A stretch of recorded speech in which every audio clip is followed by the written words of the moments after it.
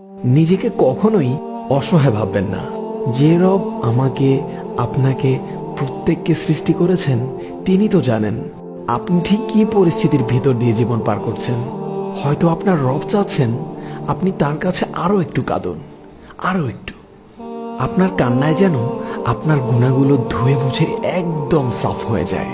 হয়তো তিনি চাচ্ছেন এই কষ্টের মাধ্যমে আপনি তার আরো একটু নিকটবর্তী হন, আপনি যেন তাকে আরো বেশি বেশি স্মরণ করেন।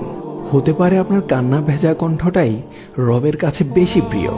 বিশ্বাস করুন, আপনার রব ছাড়া আপনাকে আর কেউই বুঝে না। তাই আপনার রবের প্রতি বিশ্বাস হারাবেন না এবং ধৈর্যের সাথে তার রহমতের অপেক্ষা করুন। দেখবেন একদিন আপনার রব আপনার চোখের পানিগুলো মুছে দিবেন। আউযু বিল্লাহি মিনাশ শাইতানির রাজীম।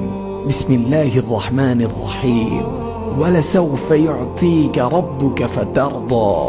শীঘ্রই তোমার রব তোমাকে এত দিবেন যে তুমি খুশি হয়ে যাবে। সূরা দুহা আয়াত নাম্বার 5।